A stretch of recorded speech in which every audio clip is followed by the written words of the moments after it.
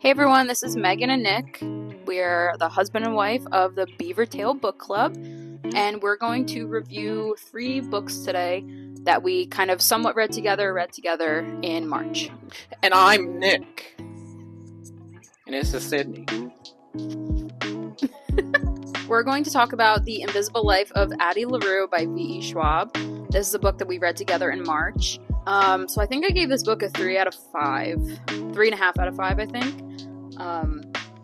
It was very long, it was drawn out, and I don't know, it wasn't a lot of dialogue, and I know it was kind of all over the place because of the setting of going back to France for Addie and then Henry's story, which Henry's chapters were fine in the length that they were, but Addie's were super long and detailed, and I felt like it could have been summed up. But yeah, it was an okay book, but the ending also didn't really do it for me. Just wasn't my cup of tea. How far did you get into it?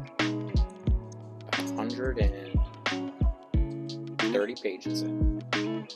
So you didn't even get to like any of the plot twists or anything like that? No. Do you want me to tell you kind of what happened and then still base some thoughts off of that? If you would have continued or not. Sure. I don't think I would have continued anyway, honestly. Okay. I guess that's valid. I mean, like, the things that you missed were, it talks about how Henry made a deal with the darkness, just like Addie did.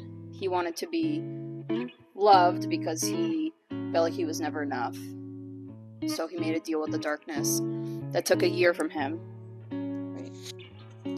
Took a year from Henry, and then everybody was able to love him. And then, yeah, that he had something going on.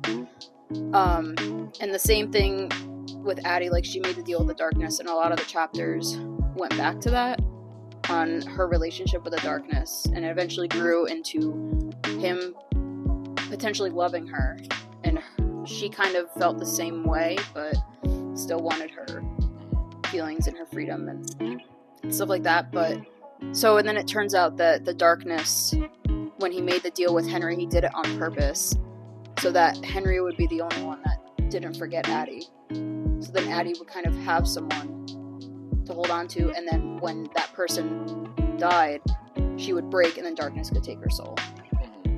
Like, essentially, like, that's what it was leading to. And then the end, Henry's time was up, and then behind the scenes that Henry didn't know is that Addie made another deal with the darkness. And there was other chapters before that were like, the darkness wanted her, not just her soul. Like, the darkness wanted her love and just her, but she couldn't accept the fact that was love. So she made a deal then in the end in order to spare Henry. Which I'm not sure if it took away, I think it took away his ability to be loved by everybody, which included his family, friends, strangers, everybody, that he was spared, he got to live, and his deal was broken, but darkness had to claim her for eternity. Not just her soul, but literally her, and that was the ending. And Henry wrote a book called The Invisible Life of Addie LaRue, because he still remembered her. So, I mean, I didn't care for the ending. I thought it was, like, I don't know, it just felt like her feelings and her freedom were taken away from her because she didn't want to marry that old guy in her village. So that's why she made this deal. And then she ends up the same way then. She ends up the same way at the end with Darkness, who she had feelings for, I guess, and he had feelings for her. But she kind of lost her freedom in a different sense. And at the end, it just feels like it made it okay. I thought it was well written. Yeah. From what I read of it. Yeah. But it just wasn't, like I told you yesterday, it was the lack of relationships and dialogue throughout the majority of it that just, I don't know, didn't pull me in, ever. Yeah, I think it took me a while. I wanted to read it in just a couple of days, and it took me, I think, like a week. I kept putting it down and picking it back up, and I would recommend it once you can get over the hurdle of the plot twist and stuff. I would recommend it, but I definitely wouldn't recommend it. Like if you take a while to get into a book, kind of like you do, and how you really like dialogue, and then I definitely wouldn't recommend it. Okay, the next one we're going to review is Watermoon by Samantha Soto Yombao. Nick read this one probably like last month in February or around that time, and then really wanted me to read it because he felt like I would like it. So yeah, we'll get into this one. So for Watermoon, I gave it a 5 out of 5. I really liked this book. I thought it was very Studio Ghibli vibes, very magical. It kept me hooked from the beginning. There wasn't really moments of like pausing, almost like when you're watching a movie and it's action, action, action, and then it stops to do something else, like talking politics or something. It didn't do something like that. It didn't really stop at any point. I like the different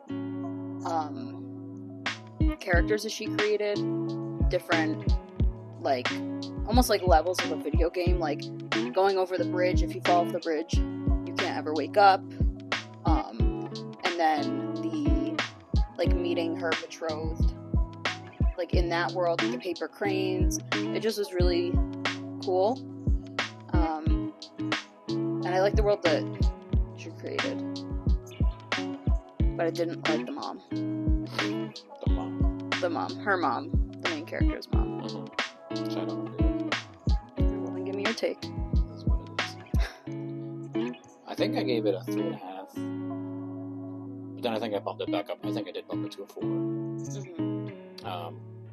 Mostly just because of the world. I was more intrigued by the world itself. Like I said, it is very Studio Ghibli. Especially the like when they jumped into the canvas world. Like it's all very out there. That really did it for me. Like I said, very easy book to read. Like it was catered to an adult audience, obviously, for different parts. Like yeah, I could still see a young adult. Yeah, but it wasn't like too easy to read, but it wasn't hard to read. Like I said, I don't agree with your statement about the mom. Why? Because I don't know. It's the same reason her dad did it too. Well, I didn't really like the dad either. For that reason. Well, the dad wanted the daughter to have a choice, and they all did. The mom and the dad grew up without a choice. So. I just felt like they drilled into her head, like, you know, if you steal from the store, if you steal the birds or anything, like, there's mortal consequences.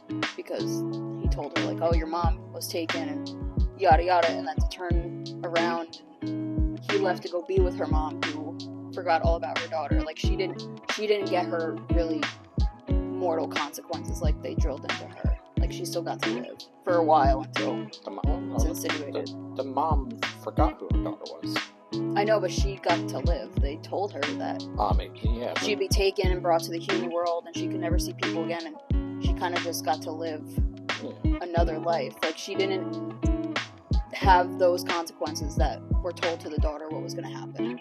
It was kind of just like, oh, we've shipped her off somewhere, and she got to live for another short amount of time until they, I think, died, right? Like it was insinuated they died. Yeah, it's insinuated. But that's the same reason why Dad did too, because Dad definitely regretted not sticking up for his wife. Sure, yeah, I guess. And now he can change, so and that's why he wanted his daughter to have a choice on what she wanted to do with her life. Continue running the shop, or I think when he saw that choice come in, the brightest one that anyone had ever seen, I think they can see what those choices are to a degree, and that's why I think he saw that choice being that choice that mother brought in. And he saw it as okay, and that he would be linked to his daughter. Yeah. So. Yeah, I guess I can see that. It just felt like, to me, in the moment, like I felt like Hana in that moment, like a little betrayed. Like that's that feeling. Like you told me my mom was dead, and then the consequences were so dire for what she did, and then suddenly she's here and she doesn't even remember me. It just like it sucks. Yeah. But I do understand it's like parents have to make a choice for the better of their children. But just at the time, it just felt like I was like with her in that. like how pissed she was for a moment. But I did like this book. It was fun. Yeah, I mean, it was a little predictable. A little bit. I think that's why I didn't give it a high. That's why I initially rated it a little bit lower. But then when you actually sit and think about the world that she did put into the book, That's so intricate. yeah, I think that's why I bumped it back up, because I think that outweighed. And I don't want to say she's like a not an advanced writer, but she's definitely more of a simplistic writer. In my eyes, at least. She was, like I said, the book was very easy to read. So Yeah, I mean, it was predictable, sure, but I feel like it was so, like you said, it was so fun that it outweighed that. Like, I didn't mind that it was predictable. The ending I didn't really predict about how there were links, which was like the purpose. I thought I meant the end. No, like just how he was the choice and they were linked, and how that was his mom. The woman that came into the tea shop, that was his mom. And that she was a teenager and she was gonna go, that's why she went to the ramen shop. I didn't predict that, I didn't really see that coming, but everything else was a little predictable, but it was okay in my eyes. Just because it was fun. It was very your name ending. Yeah, it was giving your name, yeah. So, yeah. Which I can't say that I saw it coming, but I guess that's the best fitting the way that Hana saved him. So. Yeah. Yeah, I could definitely see this as a movie. Like, I would watch this as a movie. Maybe like an animated movie. Even if it was like a live action too, it would be cool. Yeah. But it was giving strong Studio Ghibli vibes, which I liked. Like, I could see what I was reading in a way. So it was a good recommendation. It was a good one. You just saw it on Amazon, right? Or TikTok? No, I saw it on TikTok. It's pretty fun, good recommendations. And just based off of the cover alone, yeah, was worth. I'll show the cover. So this is the dust jacket, and then it has instructions on the inside that you could create a paper crane out of the dust jacket. And then the inside of the dust jacket looks like this. So when you make it into the paper crane, I think it's their faces on either side, right? Like each side of the boat. Or it's a paper boat. On each side of the paper boat is their faces looking at each other, which I thought was really cool. Like, I wouldn't ever do that just because I think this is so pretty. The book itself is pretty the book itself is so pretty. Like, it's just very magical. But yeah, it was really pretty. I like to pick up books that are pretty and find out. And if you like spice, there's a hidden spice. There is a small spice in that. That took us both by surprise. Caught me by surprise, yeah. Because it definitely was giving an adult vibe until that point. Yeah, I don't think they even really cursed much. No. I don't, like, it was like, shit, oh damn. Yeah. But it wasn't anything excessive. Yeah, the spice was cute because it was like romantic. It wasn't. Yeah, it wasn't over like. eccentric. Yeah, it wasn't like straight up fucking. Straight up filth. It was sweet. cute. It was yeah. cute. Yeah. It was sweet. It was romantic. It was nice. Alright, cool. Then we can go on to the next one. Okay, the last one we're going to talk about is The Hurricane Wars by Thea Guanzan. I always screw that up. This is the special edition paperback that came out in November that I got before Monsoon Rising came out. I started this book in like January of 2024 with my other book club, and the one girl recommended it through TikTok, and I think this is her first book that she wrote. So we gave this a try because the cover of the hard cover that I have was really, really pretty as well. It was another purely like on TikTok, looks really pretty, sounds interesting, we're gonna read it. And I enjoyed that one. I think I gave that a 3.5 out of 5. I think I gave The Spice 1.5 out of 5. I mean, being that this was her first book, I felt like it wasn't written to the caliber to what she's written as A Monsoon Rising, which you haven't read that yet, but like as a first book, it was good. Not a lot of dialogue in the beginning. It kind of just threw you in, which I necessarily don't really like most times. But I did like the characters. I liked the kind of Shadow Daddy vibes she gave Alaric, that he's just like a sad cinnamon roll emo boy. And Taliesin is just like a complete badass. And I liked the plot in the world that she created. It was very, like, it was giving me Star Wars / Treasure Planet vibes with, like, the different mechanisms she had and different, like, talking about, like, the hovercrafts and the ships, and it was giving heavy science. But the ships were like boats. Yeah, so it was reminding me of Treasure Planet, like, how the boat just, like, sails into the air. I liked it. It was good. It kept my attention for a while. It was back and forth, which was okay. Again, it was just some of the writing that really threw me off. Like, I think I grilled her in my review of this the first time, because it just... Yeah. The writing was just not good. Well, you can tell about halfway through the book her writing gets better. Yeah, like she changed. Like, toward the last third of the book, Mm-hmm. you can definitely see her progression in her writing style. Yeah, it was really, like, right before that smut scene, that spice scene. I think it was a little bit before that. Yeah. So that's why I was like, when she wrote that spice scene, I was very surprised. Like, I did not see that one coming. But she wrote that so, like, romantically that I was like, okay, like... I give it a 3. 3 out of 5. I like her relationship with Alaric. I actually like him a lot as a character. Obviously, you could tell from the get-go that it was going to be, and it's not even really confirmed that it's enemies of lovers yet, because, I mean, I don't know. Because she still has plans to overthrow him, as far as the end of this book goes. Yeah. But I do, like you said, for the first book, I like books with dialogue, and that's a lot of this book. But on the flip side of that, I was not impressed with her world building at all. I thought it lacked a lot. Had a hard time imagining certain things. Like, there are some portions that were very well thought out, but I think that also goes back to it being her first book, like you said. Yeah, the world building was kind of hard for me too, just because, like I said, I don't like being thrown in to a book and not understanding what's going on. I mean, I liked the action right away. Like the first, like the battle. The first scene was battle. Yeah. But with no build up to, like, where they are, what the landscape looks like. She hardly described what the people looked like other than Taliesin. So I'm like, I'm just imagining these blobs. Well, even with Taliesin, I didn't even really have a good picture of her in my mind of what she looked like, and even Alaric too.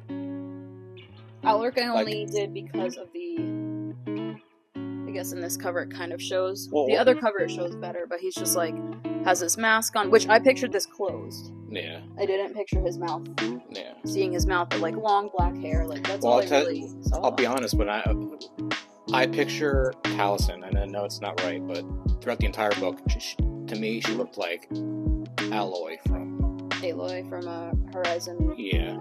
Zero Dawn. And I know she has darker, like, not dark skin, but like olive skin. Mm-hmm. But that's what I pictured her looking like. Okay. And then for him, I pictured the Sandman. Okay. From Rise of the Guardians. Oh, okay. The Sandman. From the animated movie, Benedict Cumberbatch's character. The Boogeyman. I thought it was the Sandman. He's the Boogeyman. Sandman's the, like, 4'1", and he's like yellow, and he's the one that dies at the end. Are you sure? To save them, yes. I can't look. Yeah. No, well, the Boogeyman, yeah. But that's honestly how I pictured him. So that one was pretty close. Just hunky. Yeah, that's I guess that's pretty close, but Taliesin's, I pictured her as like a Polynesian woman. Is kind of how I saw her. Like, again, olive skin. She was obviously buffer. Yeah, like I know Thea's Filipino. Oh, I think so. Yeah. So a woman of Asian descent. Yes, that's probably what she was going for. But yeah, she's from the Philippines. Yeah. So that's probably what she was going for, but just with the lack of descriptions, it was hard throughout the entire book. Yeah. I had to do something myself, so it was more of an Aloy. No, I get that. Especially with the name Taliesin too. Taliesin's an Irish name. So that didn't help. Yeah, I felt like those descriptions kind of got a little bit better halfway through, like the same thing with the world building. it was still a little unclear in this book. Like, they were talking about the Lightsever and like the different locations, and I think they went to the ruins in this one, maybe not, I can't remember, but just stuff like that. It was like, I'm trying to picture it in my mind, but it was just, I didn't want to picture, I wanted her to tell me. Like, I don't like books that are like, I walked into the closet and I saw 54 gowns. This one had frills. This one had silk. Like, you know, I don't like, oh, I walked into my bedroom and it had velvet drapes with a green carpet, like, blah, blah, blah. Like, sometimes I don't care about that. Like, tell me you're in a room. If it doesn't matter, it doesn't matter. But the bigger scenes need to have. Yeah, she didn't write things She's painting pictures. Yeah, she didn't really paint pictures. She kind of let you do it, which, if you're writing the book, I want to see it. Yeah. But the ending I liked because it kind of did, like you said, you haven't read the next one, but the enemies to lovers. Like when I read this the first time, it did kind of start for me in that scene, like where they're in the bedroom and they're like, it's spicy. But that's kind of where it started for me to be enemies to lovers, because they are truly like, they're literally enemies. Like they're born to hate each other. And then, I mean, I get like that scene was kind of just out of like lust and passion. Like there was obviously really nothing behind it, but because they still don't like each other, and she wants to overthrow him, and he wants to overthrow her, and, you know. But that did start to paint the picture. I think he's more conflicted just because of his dad, though.